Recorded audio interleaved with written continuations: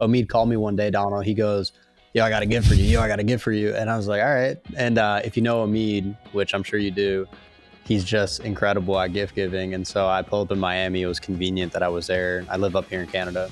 Okay. And he runs down out of it. We were actually driving together, and he runs out of his car. He leaves me and my friend in the friggin' parking garage. He goes, oh my God, the UPS truck is, I've never seen anyone do this in my life. He goes up to the UPS driver and he requests a package personally from this truck. And I'm like, A, are you allowed? B, what the hell? This guy was like so shocked. I was watching it happen in front of me, and it was this hat. And so there's a story behind it. We're going to have to hook you up with one after this.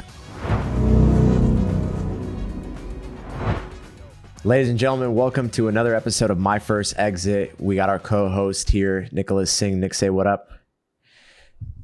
We have a legendary guest, ladies and gentlemen. His name is Donald Spunn. This guy has founded over 4 of them have been acquired. His most recent one is a company called Vicky Virtual, which he got acquired for multiple 7 figures. He also used to play poker professionally. There's nothing this guy can't do. He's an absolute legend. What an honor to have him on. Donald, what's going on? Hey, how you guys doing? Good to be here. I'm honored. I love the hat. I might have to, scream for one once we hop off here. As someone that's like, a champion of the business world, how do you come up with so many great ideas and just keep starting all these businesses? Like, how do you find all these problems and you're like, you know what? I will solve it. Well, the nice thing is I started having better ideas once I stopped trying to create ideas, right? Instead of coming up with something novel that had never been done before. And, there's no market in that. There's no established demand. And one of the things that I've learned over the years, which I'm sure you guys can appreciate and agree with, is that it's hard enough to make a business work when the concept is tried and true, when the market's there for the taking, when all the elements are in place for you to succeed. It's still difficult. I mean, that's just the premise.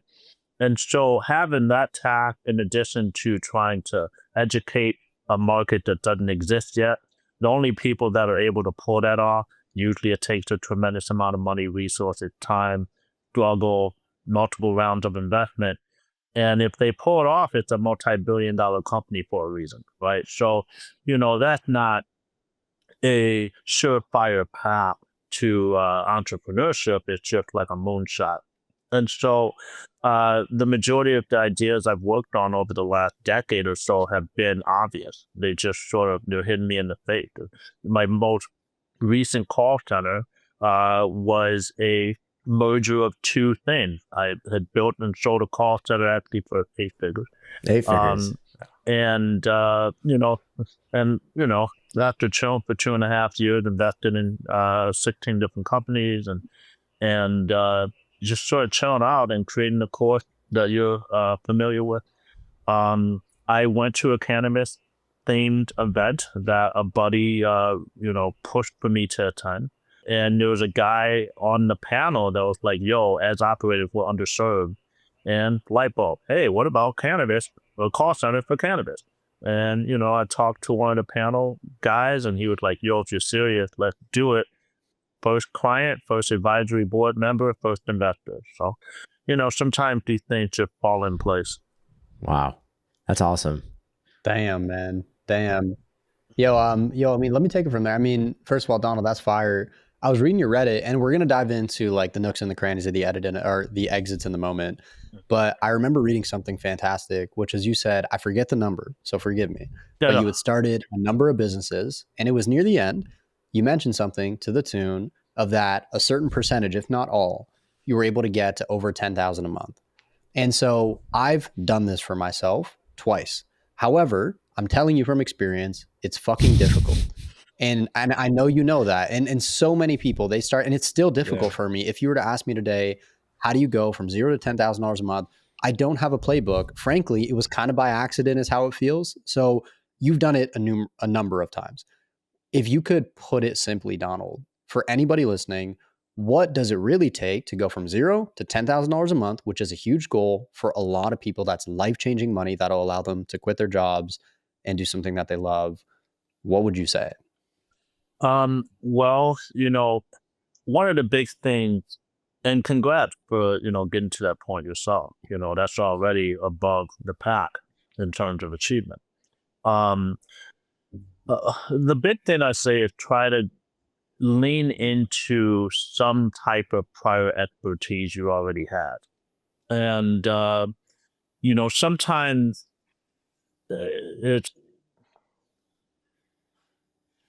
okay, there's just so many different ways to answer. I really love going, I'll just pick one.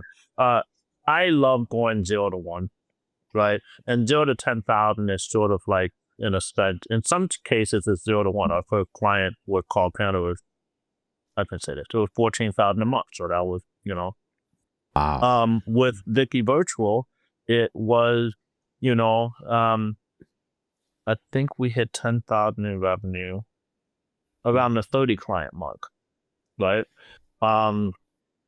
And so what needs to be achieved in getting from 0 to 10,000 in revenue?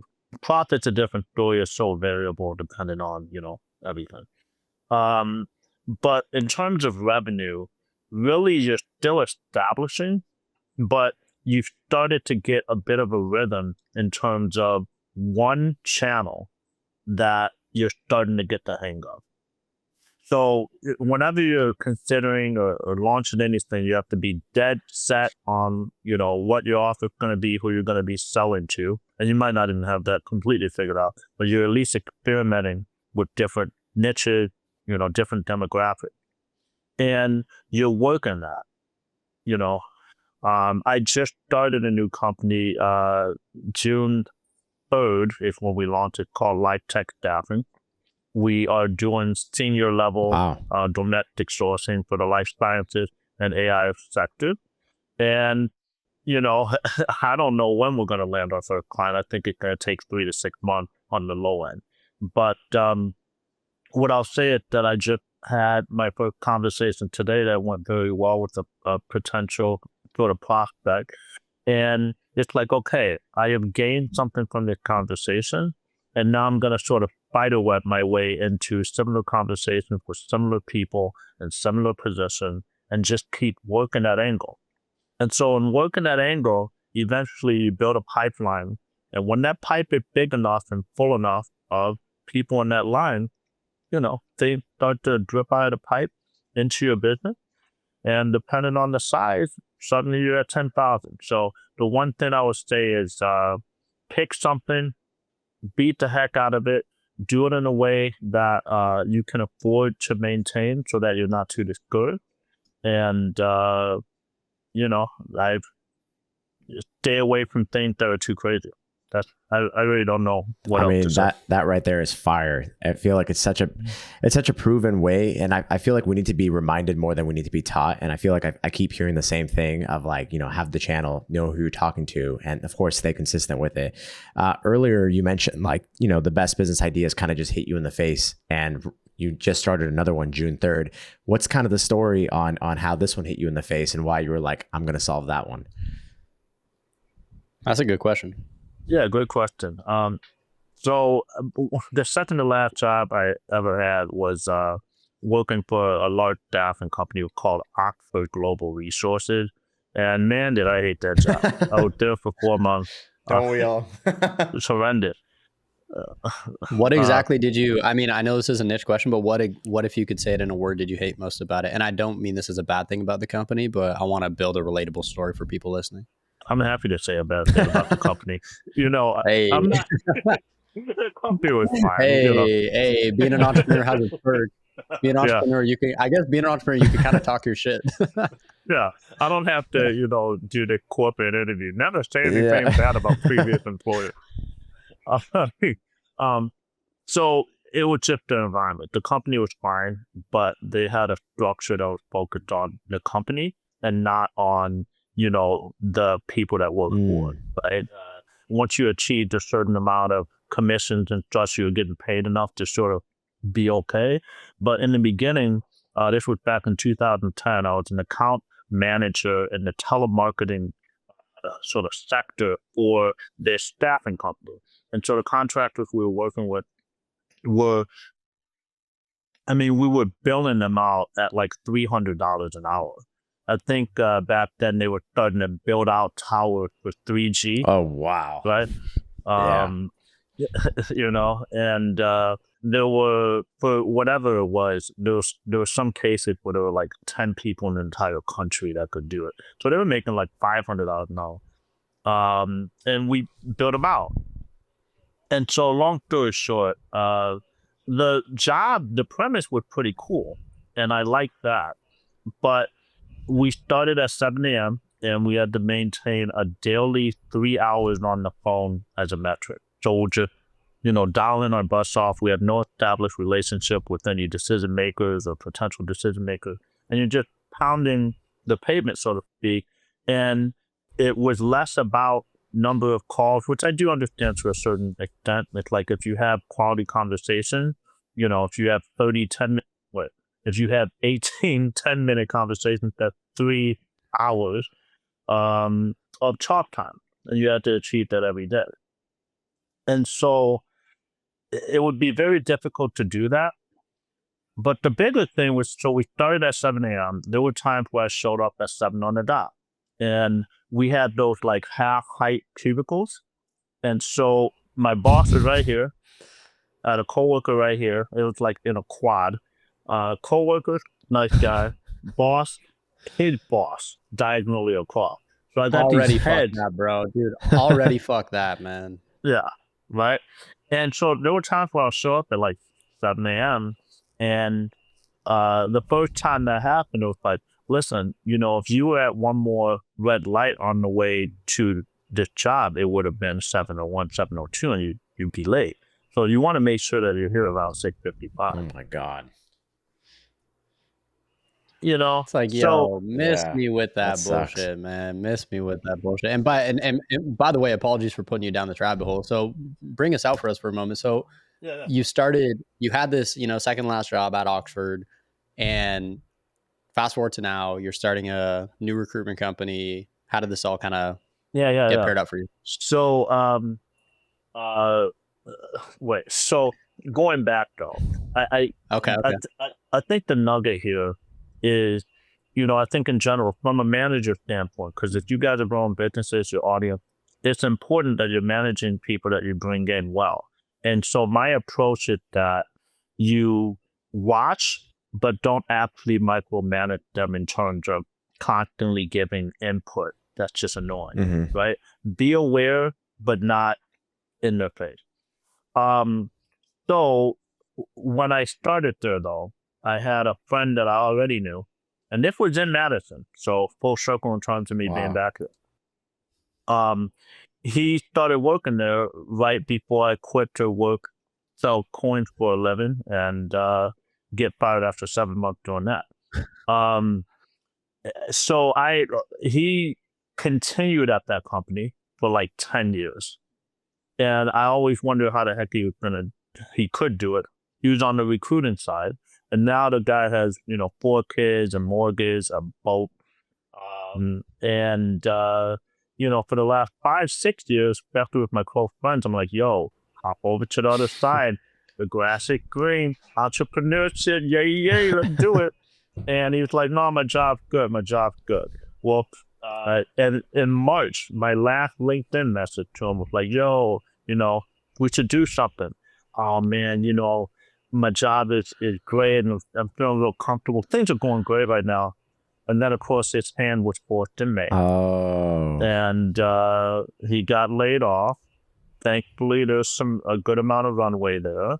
And so I was like, let's do it. Now he's all fired up.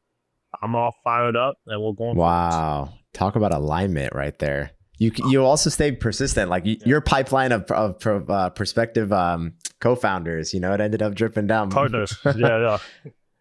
I have a quick question for you, Donald, before we get into exits. Hopefully a quick question is, you mentioned that you're okay with having your first customer, you said on a conservative scale, be in 6 months from now. Talk to me about that timeline. Did I hear that correctly, or did I misunderstand you? And help me understand like why that's possible for you and how you've been able to make peace with that long timeline. Well, I don't normally have a timeline that long, right? you just sort of understand the industry that you're in and just sort of adapt to it. The typical timeline actually for, engaging with a potential client, having an ongoing sort of conversation with them really, that could lead to an opportunity. The typical turnaround is, the average is around 8 months, right? So the 3 to 6 timeline is us trusting our skill sets and, our ability to be better than the common random rep that is getting paid, a serviceable salary, and they're trying to make a commission, and maybe they're a year or so out of college and they don't really have that many skills yet. With myself, I've done what I've done. My partner had done what he's done, and we can rely upon other things to sort of shorten that timeline. But we're okay with it because we understand that that's what it takes. And so if you make peace with that, it makes you less ridiculous when, prospecting. We're not on the phone trying to hop over the entire mountain in one conversation. We're patient. And prospect can sense when you're desperate. They can sense when you're trying to do too much, and they get put off by that. And so, frankly, trying to, shortcut your way into the sale is actually the long way to get there. Well, one of the greatest pieces of advice I was given from a startup founder, he'd raised, I think, 900 million to date, Series E, he's deep into rounds, he's a venture founder, is he looked at me and he said, if you're ever raising money, never look desperate. And you're going to be really fucking desperate the whole time. He said, he said, and I just took it as a rule for life. He said, deal with your desperation in private. It's okay to feel desperate. Never fucking look desperate. You won't raise a penny. And I said, damn, man, that's a fucking nugget. But coming out of that, man, you've had 4 exits, which is really fire. Not a lot of people get to say that. I'm impressed. I'm really inspired. Omid, obviously, you told me much about you, and I had an opportunity to read you up, listen to some podcasts. I'm going to make the assumption, I'll go out on a limb and say probably the one with the most meat on it is Vicky. Is that probably about right? Or Oh yeah, absolutely. Yeah. Absolutely. And so, do you mind if we talk about that for a bit? Yeah. There's one number that I don't say, Okay. and that's the exact Is that the amount number that you we sold sold for? The exact amount. Okay, cool. Yeah. Do you ever have you given a range in the past that say, it was for this ballpark, so people can kind of wrap their head around the opportunity around an exit? It was an 8-figure exit. I used to, when I first started talking about it, I actually said 7-figure, and then eventually said multiple 7-figure. I tried to keep it close to the vest because in my personal life, there were people that, you're just watching your pockets. And the other thing was, when I decided I was going to create the course, which was, I created a course based off of that company. And the only reason I created it is because even to this day, and Omid can attest to this, it's the only course on this topic on the planet. And I couldn't not do it. I created what I would have wanted when I was done.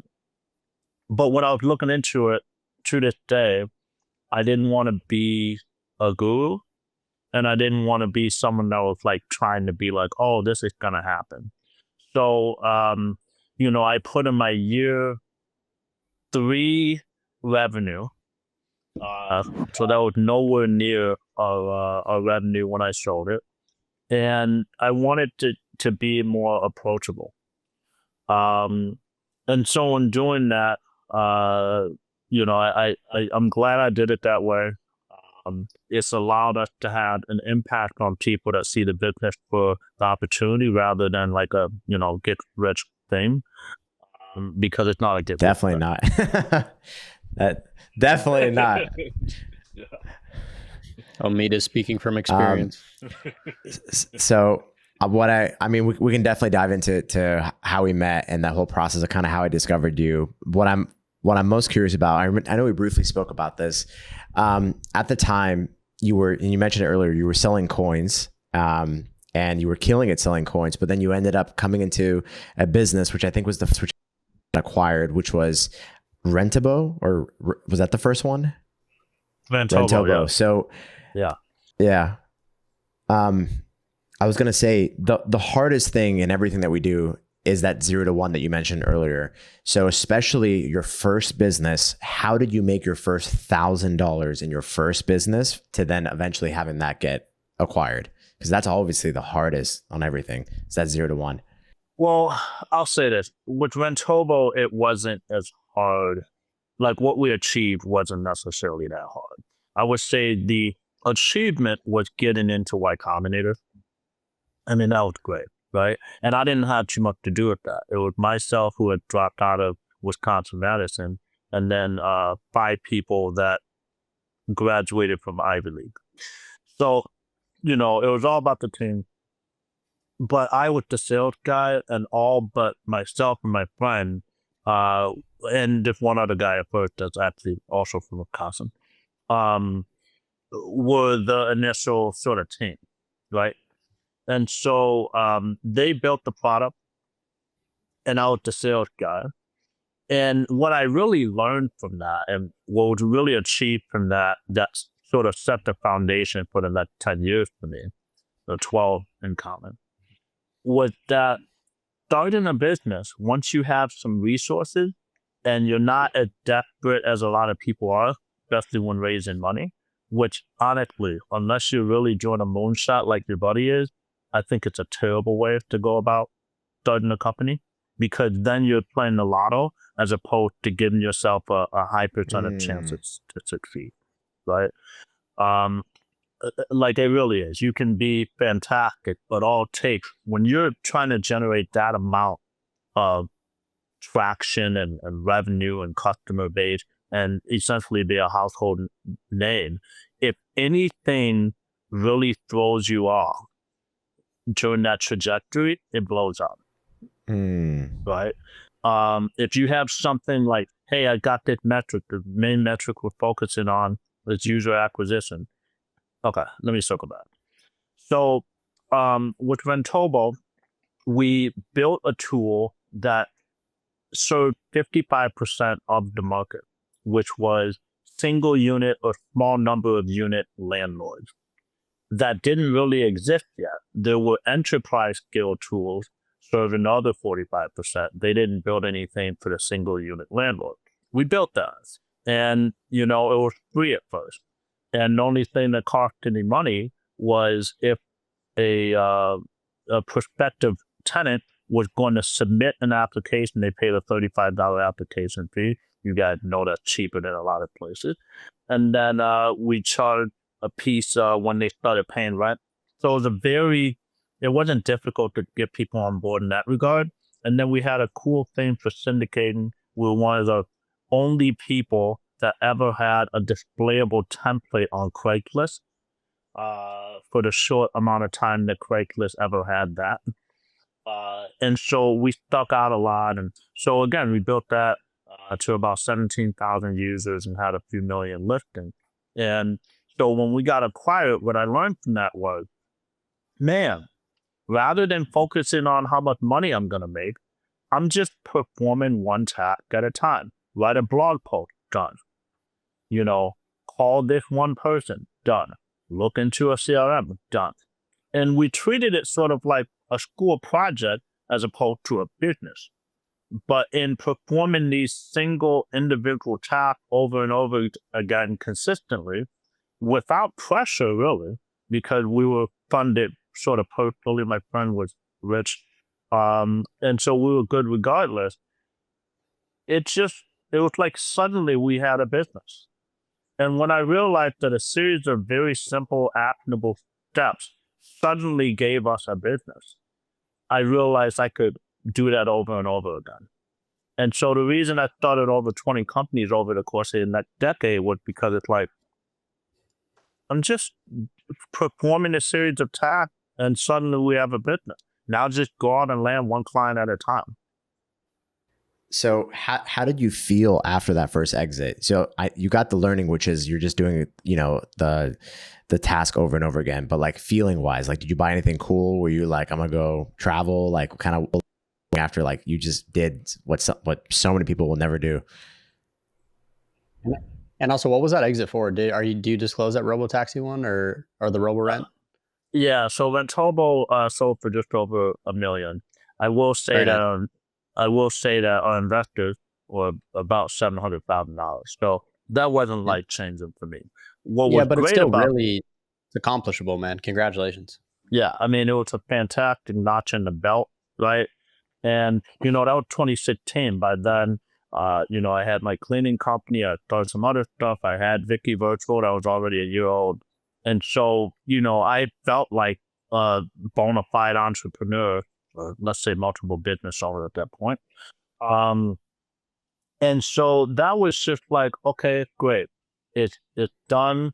Now I can essentially have it on my entrepreneurial resume that this has happened, right?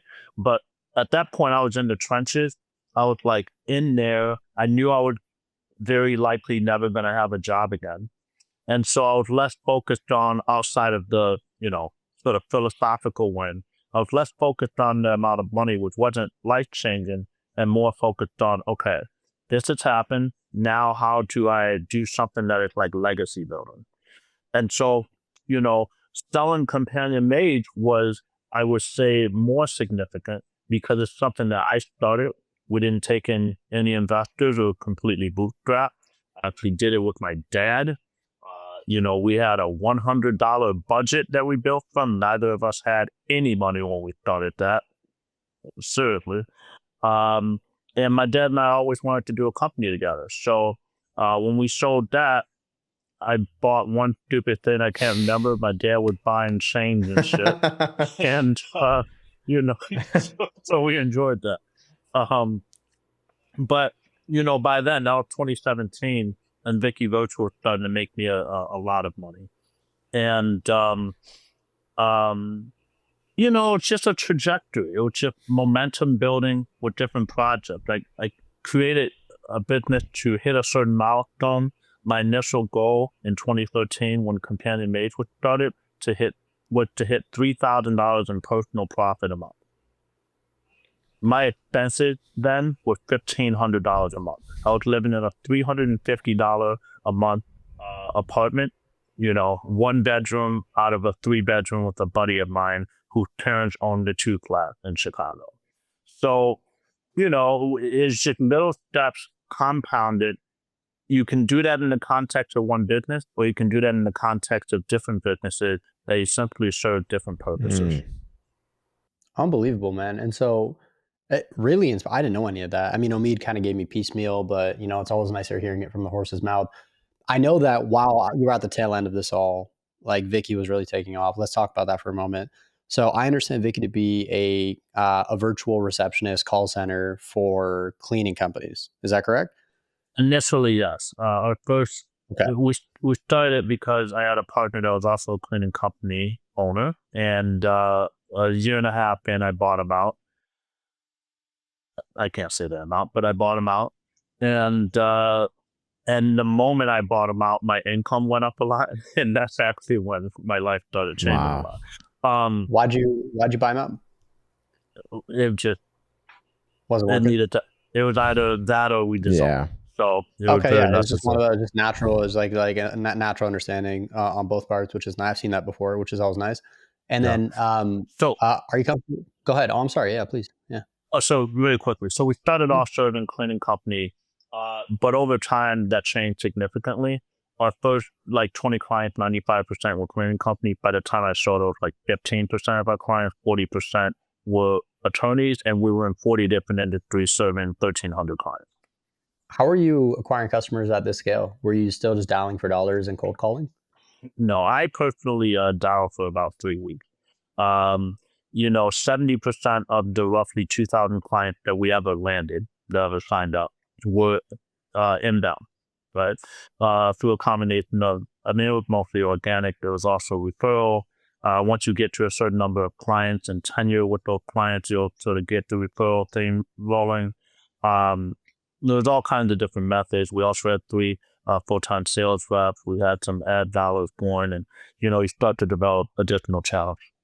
You guys were across everything, which I love. I actually wrote this down because it jumped out at me when I was reading about you. You wrote that you closed about 20 clients in 3 weeks after launching Vicky, which I'm assuming was the 3 weeks of cold calling you did. Does that number still make sense, or did I misread that? Yeah, no, that's correct. The first 10 actually were from a pre-launch email campaign we did to other cleaning business owners, and another 10 or so. I basically did it. I dialed until we were break even. Yeah, which and I caught that. I caught that because you wrote about that, which I thought was really smart. And for anyone listening, like that's just what it takes. I mean, as a business owner, you just got to like roll your sleeves up, get dirty sometimes.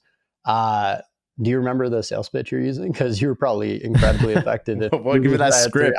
And no, I'm seriously about it. I mean, like rough it for me, dude. I feel like it'd be fire. Yeah, I don't remember a script. I never do script, but my premise was always to try to get to the crux, the truth of how they handle their calls. So, I'll call and say, "Hi, my name's Donald Spunn with Vicky Virtual Receptionist. We answer calls for small businesses in your industry. I wanted to ask how you're currently answering your call typically." And so, if the owner picked up the phone, it's clear that they're doing it. It's like, "Oh yeah, I just pick it up." And so generally, I will focus on local service businesses, especially cleaning companies. And they usually said, "Oh yeah, I pick up the phone and I'll book it. If I get some fucking lowballer," and they're talking shit about their own clients. And so you already know that they have a certain attitude towards, the prospect, which isn't great for closing deals. Right. But a lot of times these local service business owners are doing a couple $100,000 a year in revenue. They're making 50 to, 80 or $100,000 in their personal life. They're not going to get beyond that. And they don't really give a shit. But could they have freedom, right? They're not balling, but they have freedom. Some of them, especially like HVAC plumbers and stuff, they might get slightly beyond that, get to 4 or 5 people, create about $1.5 to $2 million in revenue. And every single year and Harvard, Stanford, MBA is trying to acquire those companies ridiculously overpriced. Yeah, private equities. But what ends up happening generally is they are answering the phone themselves. And thankfully, one of the gifts I have is that I'm very fast at arithmetic, probably 1 in 10,000 speed. And so if they say something like, "Oh, I miss a call every 5 calls and go to voicemail." And it's like, "Oh, okay, well, if the calls that are going to voicemail, do you call them all back?" Sometimes the answer is no, but if it is yes, like, "Oh yeah, I'll call them back." Well, what percentage, end up booking? Or I don't know, maybe 20, 30%. Okay, and when you do pick up the first time without voicemail, what percentage book? About 70%. Okay, so you're missing 40% by having to go to voicemail. How much is a deal worth to you? $300. I'm a plumber. Okay, what's your profit on a typical deal? About 40%. So you're making $120 in profit on a deal. How many calls do you get each week? About 15 calls a week. Okay, 60 calls a month. How long does the call take? 2 to 3 minutes. Okay, 180 to 200 minutes a month. In that scenario, we can recommend a 180-minute plan. When I sold the company, it was $239 a month. And 2 deals will more than pay for that. Is it worth trying a 2-week free trial to see if we can land you a deal and create a positive ROI from the absolute beginning for you? Like, I feel like that's worth trying. Is it not? Not to mention, we can position you as a slightly larger company. Well, I used an answering service before. I understand. However, most answering services, traditionally, they just pick up the phone and take a message. We can book the estimate for you, and you can be on the job and focus on the job while we're making you money. So obviously, every conversation doesn't get to that point. But if they let me get that out, then what about? So when I was running into this, I kept running it to, maybe it was just my targeting, but apparently every single business owner that I spoke to had a gatekeeper. What do you do if they have a gatekeeper? Are you like, "Yo, let me talk to the owner," or are you like, "Let me just get you replaced"? Like, how do you go around the gatekeeper? Well, I didn't try to go around gatekeepers. If they had a gatekeeper, there was no purpose in trying to sell them, right? If you were targeting certain types of businesses that had gatekeepers, and only we got to talk off podcast about this, but if you were talking to a certain sort of, business size or business type that generally had a gatekeeper, that's actually a good thing, because that means that not you, but people in general, if, someone calling and reaching gatekeeper, that means they are calling the right type of business, because that business cares enough to have a gatekeeper, right? And so how do you find the business that's slightly before that point? Maybe a little bit smaller, maybe a little bit newer. And then you target those people, have a lower percentage chance of running into gatekeeper. But, if the sort of attributes of the business are similar, then the owner might have a similar mindset. And then also the newer owners are obviously younger, and they're more palatable in terms of, adopting these fashion forward things of having a virtual reception. Yeah.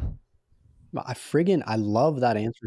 Every time, Donald, I talk with founders who are seasoned like yourself, they have the clearest responses to otherwise non-overcomable challenges.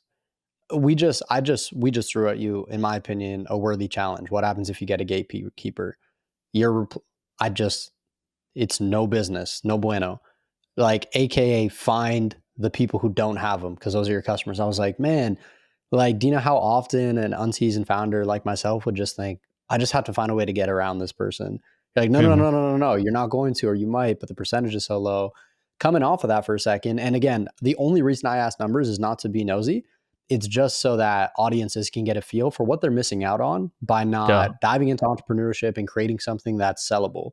And 100%, we always give our guests out. It's not for us, it's for our people. Yeah. Are you willing to talk about the scale of like what you were making in your first year, and then by the time you sold it, what you were making on a month over month basis, so people can kind of watch a trajectory? We've had people on here who started at 5,000, graduated to 300,000 a month, and I thought that was a really inspiring trail. And then coming off of that, when did you decide to sell it, and then why did you decide to sell it? Because I'm sure it was making you money. It was a cash cow. I'm always curious to understand why. Sorry, there's a lot there. Yeah, no. And I appreciate that feedback. I really appreciate that. One thing I want to say that I really want to be, put as a gem on all of our social medias as a clip is a lot of people from the outside looking in, and to a certain extent, a lot of newer entrepreneurs, they treat this like some fun challenge. And business is challenging regardless. And it's okay to take the boring, low-hanging fruit route the entire time. Do the things that are the easiest. Do the things that the idiot does. Don't try to be the one that's surmounting some difficult challenge. So there are going to be challenges, right? Because you have to stay in business. And, there's certain things that you have to figure out a way to hop over that fence. Hey, how am I going to make payroll? How am I going to figure that out? Well, that's the challenge. Those are the things where you get creative as hell and figure it out. But when it comes to, hey, there's a gatekeeper, I'm not going to try to be a hero and get around the gatekeeper. I'm going to avoid as many gatekeepers as possible. I love that. So, just don't be a hero. Don't try to. I also really get upset with people that are like, yo, if you're not working 100 hours a week, you're not doing it. I will point out right now, I'm technically working on 4 projects. You will never see me working 100 hours a week. I've never worked 100 hours a week on Vicky Virtual. Never intend to. Right now, call Canna. Sorry, investors. But, in terms of my required output, I put more time into it. But my required output in that business is 8 to 10 hours a week. The reason, and it's 18 months old and we're grown and we're profitable. The reason is because we put in systems. I hired a tremendous operations manager day one, and I didn't try to get in there trying to solve every problem being a hero. Okay. So moving on from that, in terms of number, Vicky Virtual, when I showed it, we were turning over roughly $400,000 a month. We had I've said this before.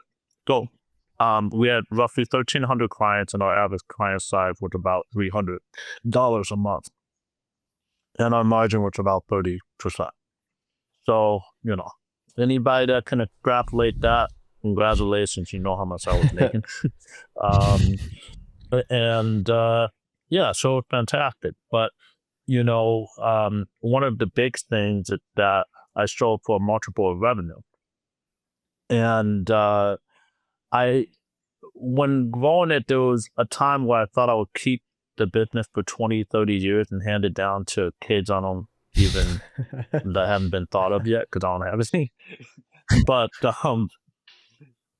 I was talking to the very first person that signed up 5 minutes after we sent that email to a list of either 44 or 46 pre-launch subscribers, all cleaning company owners. One of them, his name is Thomas, signed up literally 5 minutes after it was done. And so, more than anyone, he saw the complete progression of the business from zero to we got to $10,000 a month in revenue in September of that year. We got to $10,000 a month in profit in May of 2016. I launched January 1st, 2015. So that's 17 months in. We did roughly $23,000 that month in revenue. And that was the first $10,000 in true profit. And again, when I sold the company, it was the deal closed in October of 2019. So that was almost a 5-year arc. But the way it happened was I was talking to Tom, and we got our first $1 million offer randomly from a PE firm in early 2017. And we were doing about $30,000 a month.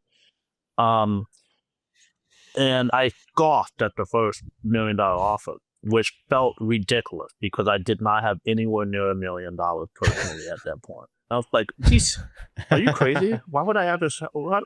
And I laughed at myself scoffing at this in that moment. That's one thing I remember. But he was like, hey, how's Vicky Virtual doing?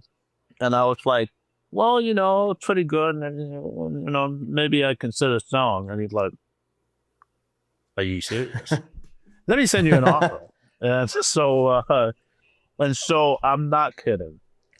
All I did, our due diligence, because again, he was the first client, so he knew everything already, and he was my buddy, so we talked a lot.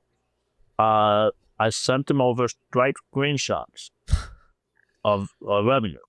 I don't think I sent over the whole client list, but I know I sent straight screenshots. And he's like, yo, let me get you an offer. About a week later, he gets me an offer. And 3 weeks from that, I had the first money in my account. Wow. No How'd you way. feel? Wait, Yeah. Oh, yeah, that's a good question. No, I'm just saying that's what happened. Why'd you end up what changed your mind? Well, how'd you go from scoff to fuck it, I'll take the bag? Because it was a bag that I had never seen before personally in my life. It was a game changer for me. And, there's a certain point at which you can either try to be a billionaire in one shot or whatever, or you can understand what's in front of you and make a more reasonable decision. So I took the decision. I have taken a lot of swings, but not all of them have been real swings. Some of them have been intentional bunch. Like, let's see how it goes. And I consider Call Canna and Life Tech to be two legitimate go for a grand plan type swing that I'll be working on. And one of those two companies, I fully expect to get to a 9-figure valuation. Like, I fully expect that. Wow. But in order for that to happen, you need to shed, if you feel like your time is done with a certain project and you're in a position that, you can sort of level up from exiting, take it. That's really good advice. So one of the things, and it's a lot easier when you. No, you go. It's a lot easier when you own 100% of the company. You don't have investors. When you have a bunch of partners and investors, there's way too much to consider. Blah blah blah. But that's why I like bootstrap. That's amazing. Yeah, I wanted to kind of go off of that. So you bootstrapped. I mean, you're looking at a bag you've never seen before. you know, a lot of people will tend to sit at the table of success with their feet up and just kind of relish in that victory, and then they never get back into the game. But you went back into the game. So I guess in that transition period, like you're looking at that bag, how do you feel? What's going through your mind? And like, you know, how long do you take it in where you're like, all right, time to go build? Like, well, you know, honestly, I didn't have any type of timeline or expectation. I spent about, other than creating a course, so I spent one intensive month on that to do it right, because again, it didn't exist, so I wanted to do it right. Didn't have anything to go off of. But I didn't run ads on it, as you know. Reddit. Like, you know, I had a YouTube channel with some simple videos, and that's it, right? So outside of that, I spent 2.5 years showing up. I also invested in a bunch of companies. And at first I was like, yo, I'm done. You know, like I'm done. But, you know, again, I joined this group called Orion 3. It's headed by this guy named Benny Matthew, fantastic guy out in Chicago. And he curated a network of people that he likes and respects. So it's not like a standard networking group. Anybody can sign up and you get a bunch of brokers, you know, insurance agents, MLM guys, and some financial consultants. You know, it's like a really nice high caliber group of people that I think collectively we all get great value from. So anyway, he's the guy that got me to go to that cannabis sort of like topic within his group. And I almost didn't go. You know, but going there, it was serendipitous. The opportunity was in my face, and I said, okay, this is what I'm gonna do. Wow. That's freaking phenomenal, man. I mean, it's damn inspiring, dude. The more you tell the story, the more I want to know the number. And I know you're not going to tell it. And so I'll just like try to do, I'm not fucking... on a recorder. Yeah, it's all, but you don't have to tell me. It's just like natural curiosity that perks up. But we have like 6 minutes and I have about 100 questions. So I'm going to try to condense this. One of them was actually really important to me. And it was, I'm going to change the topic for a bit. I think it's wonderful what you've done in Vicky. And congratulations, first of all. Part of the reason Omid and I decided to do a show on exits was that exits are a signal that you really spent the time building a good business. You cannot sell a business to a shrewd investor who's used to looking at financials. You can't sell it to an idiot. You have to be smart and you have to find a way to package something up. To me, it's the signal that you have something real that you can actually exit from. If you don't have that, you have this crazy chaotic thing. So the amount of respect I have for you is really hard to put into words. So just genuinely, man, shout out to you 4 exits later, irrespective of how small or how secret they are, because they're massive. I tip my cap to you. Along the way, I'd be behooved to think that you didn't pick up many skills. One of them that screamed at me was how well written you were. I was reading your Reddit and it was one of the easiest pieces of writing I've read in a really long time. It felt like someone was just talking to me. And I've read a lot of books and I've read a lot of articles and I've read people on Twitter. How did you become this well written? Was it natural to you or something you worked on? Well, thank you. I don't know. I will say, you know, I went to a very good school growing up. K-12, one of the top private schools in Chicago. I also have to give the disclaimer every time I say this, that I was done financial aid. So, you know, my family was not paying for that. And it was a real impetus for how my career been, because it's like I grew up around a bunch of really the richest people, like there were 10 billionaire families there. And it was like, well, how am I going to have any type of lifestyle that's like options anywhere near what some of my peers and friends have? It's not going to happen in the job world. So that's why I like dropped out of college, and that's why I've been pursuing entrepreneurship. So going to a school that good allowed me to write good. And I also think that, and it was actually a buddy of mine named Jamie. I wrote something for the first blog post for Rentobo, and Jamie's a brilliant guy. And he read it and he was like, this isn't good. And he gave me, I can't even remember what he said, but he gave me about a 2-minute clinic on how to be a good writer. And he said, and that's how you fucking write well. And I followed it. And since then, I've been a much more effective writer. Wow. Bro, it's I 2 can't minutes, even bro. tell you. I wish I could tell you. Bro, you 2 minutes, bro. Yo, tell us the damn clinic, my guy. Yo, all I It's could up say there. that I might remember is probably a complete guess. Is one of the things was to get rid of the fluff. A lot of people will put in too many words that are like, and I do this sometimes now that I correct myself. They'll say something like, this was a spectacular, amazing person that was, had a demonstrative effect on my career. And there's just too many themes in there. Like you're trying to convey this extra meaning because that sentence and that whatever had meaning to you, but really it comes across as overcompensating when you're writing that sentence. And so when you tame it down, could tone it down, you tame it, and you say, this person had an incredible impact on my career.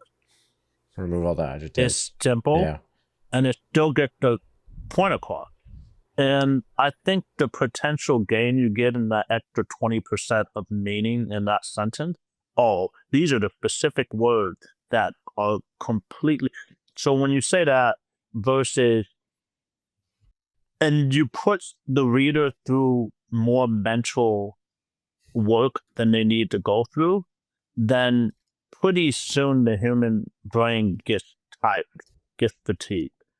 And so if you can present what you're trying to write in a way that says everything, but is concise and simple enough for the reader to keep a calm, non-fatigued brain, then they leave that piece with value and feeling good about the value they just received because it's not jumbled, it's not confused, and it's not fatiguing.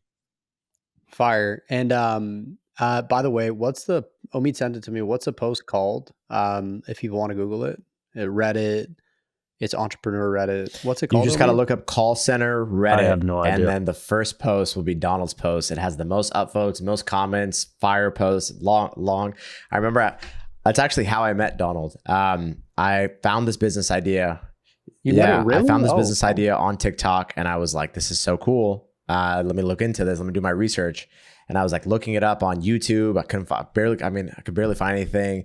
There's nothing on TikTok. And then I went on Google and your Reddit post came up and I was like, wow, this is amazing. So I read the whole thing, commented on it, started like reaching out to other people, join your email list. And I watched this one podcast you had with a guy named Paul, mutual friend.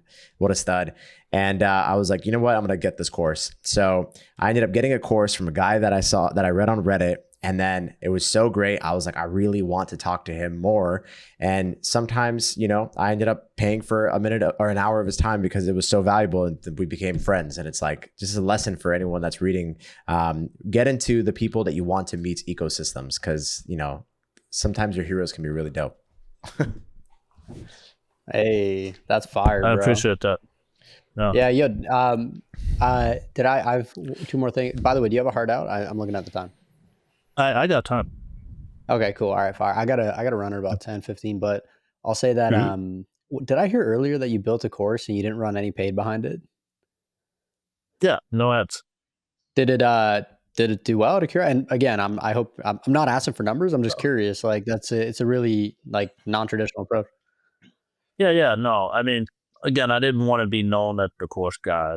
I wanted to put something out there that was good. We've had about 500 students. We've done a little over 400,000 in revenue. So, dude, good for you, man. Honestly, yeah, it's a win. You don't need the money, but it's just like, hey, man, look, and I'm sure it brought you a lot of fulfillment. I saw you were part of was it the spring batch or the summer batch of 2011 YC? Yeah, it's the spring batch of 2011. I love Y Combinator. I've been a fan of them for many years. I just think their body of knowledge that they put out for free in blogs and on YouTube it spans everything. If you just want to get a great foundational sense of companies, whether you're venture backed or not, Y Combinator's YouTube is it. They have brought me framework after framework, insight after insight. What are some of your just like, out of the pocket takeaways that you often reckon back to spending time with the YC family? So the big thing is something that I agree with. I try to stay away from VC stuff as much as I can because, there's tremendous opportunity to make a tremendous amount of money if things work out. And it is a nice launch pad. And frankly, sort of, I wouldn't say it's as strong as going to an Ivy or something, but, as far as incubators go, it's like the Ivy League of incubators, right? And so you sort of had that sort of like flex, I guess. And, when you're trying to have credibility, which is one of the main currency in the entrepreneur space, like let's say I did raise some money for Call Canada, friends and family round. Whenever I present myself in any entrepreneurial circle and I say YC, it, that instant credibility if they're aware of what YC is, right? When I say I've had an exit, that's instant credibility for pretty much any entrepreneur. And so that part I found to be very important. But the thing I agree with is that it used to trend that, hey, it's about user acquisition because the value is in the data of all the subscribers to your model. But there wasn't a focus on profit. And you said earlier, one of the things that's beautiful about someone that's able to exit, that they build something of value and it's valuable to someone else enough that they spend their money on trying to acquire that asset. And that's an amazing thing. Well, if you build a profitable company that runs itself fairly decently, there's always going to be someone that wants to buy it. Always. But, if you're going based off of a metric that isn't pure dollars profit, then you need to hope that whatever trends are going on in your industry are in line with that, right? So it used to be very popular to do certain types of things, but it's always popular to be profitable. Popular to be profitable. Damn, bro. I like that. Profitable is popular. Yeah. I mean, it never goes out of style. And so, now YC focus more on companies that have more viability of making some money. Yeah. And now you need to, yeah, everything is tight economically too, especially in the venture market. It's just they're like over-indexing on profit and product market fit and all the right things. Two more quick notes from Omid and I'll ask one and then I'll let Omid go to the fun one, which is Stranded Island. But I'm going to read it verbatim because I thought you're the only person who I've ever heard say this. And you said you ended your Reddit post saying something like 95% of businesses fail. That's an incorrect data point. 50% make it past 5 years and 30% make it past 15 years. I love this. It's contrarian. It feels right. And I know you pulled it from a legitimate source. I looked it up. Why was it important for you to end on this note? And how has that insight played a role in your career? Why was it important for you to impart that piece of knowledge? Because, a lot of people view entrepreneurship as a pipe dream.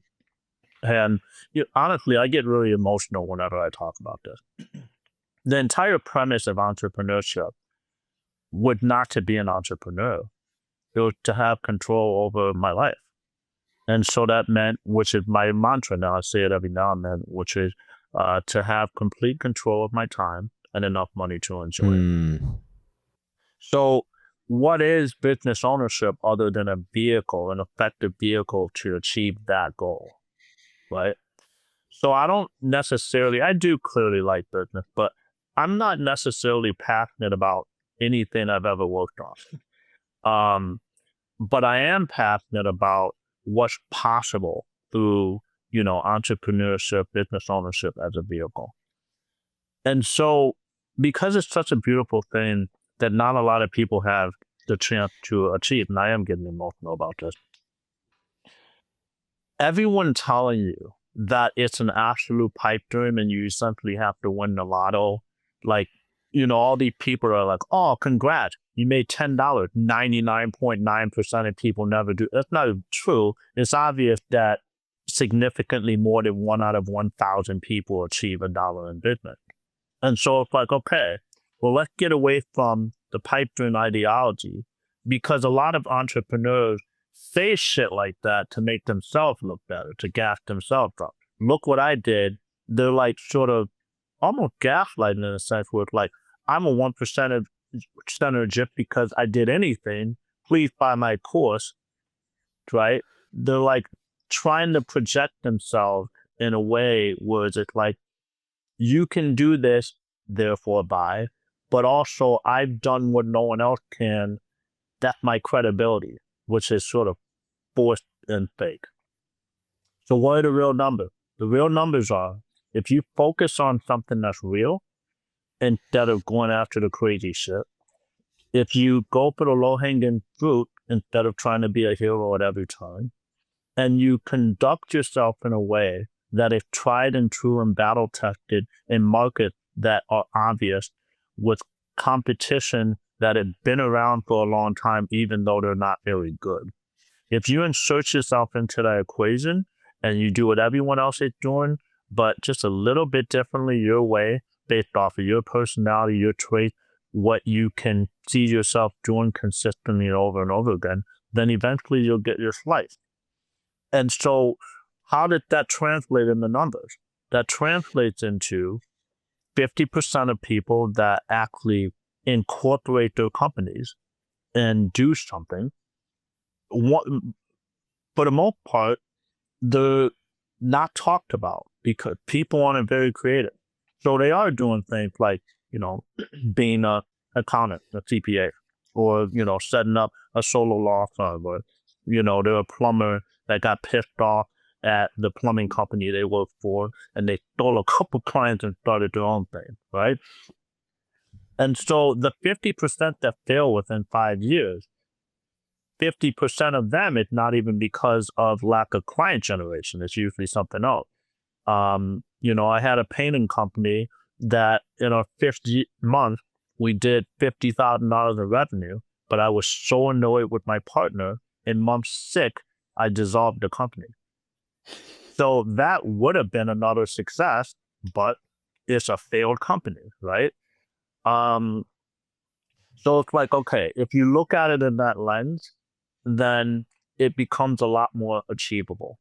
If someone's an entrepreneur, that's me 20 years ago, and it's like, yo, is it possible for me?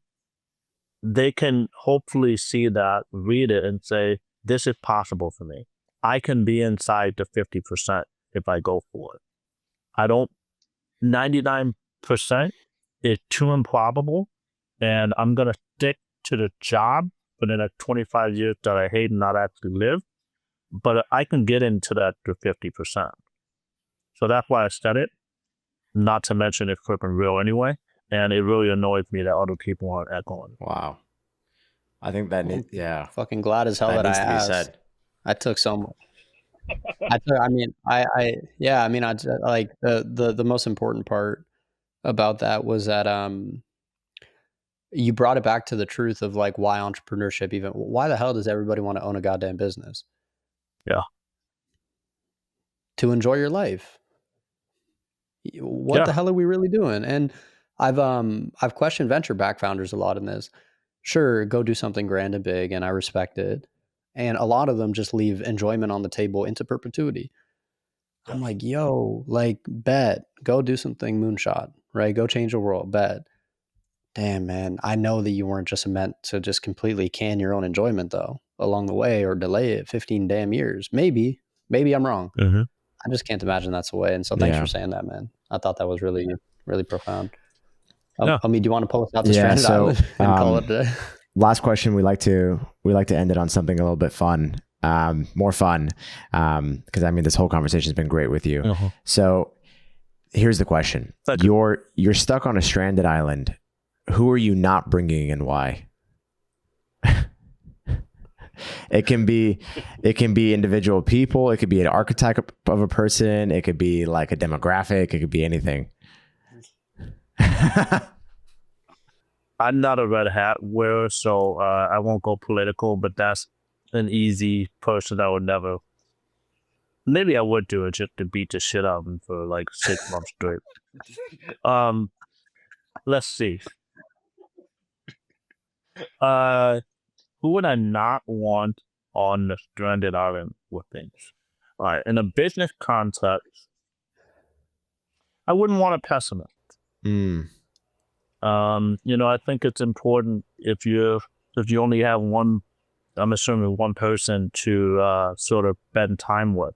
One thing I do like about the circle of entrepreneurs, at least the ones that I associate with, is that they tend to be more optimistic. They tend to look into what's possible. Like talking to you two guys, the conversations that we can have are so different from the typical corporate person. They can be happy, but they don't see possibilities the way that we would. And so a pessimist is someone that is eventually going to wear you down and make being on that island crappy. An optimist, we're going to turn that island into our own paradise. That was a great answer. Yeah. Fucking awesome answer. Man. Like that? That's fire. Like that? We had one guy went off. One guy said, I would not bring Elon Musk. I would not bring, he said, I would not bring a priest or a preacher. Not because he's actually very spiritual, but he said they're just too tied to one way of life. And I was like, all right, bet. And he said the one person that he would bring that he'd be okay with tying to one way of life would be like a Navy SEAL or like a Green Beret or like David some Goggins. Level person. Who's going to carry the boats? Or like a Goggins just to make sure you get by, because you need one of those guys. I'm not one of those guys. Every time I ask this question, I ask myself, would I bring Omid? I don't know. I mean, we'll be on the island trying to talk ourselves off the island. I don't think much will get done. Yeah, exactly. Yeah, exactly. We'll start a podcast off the island with no electricity and no mics, and it'll be coconuts. Call it Wilson. It'll be a hit.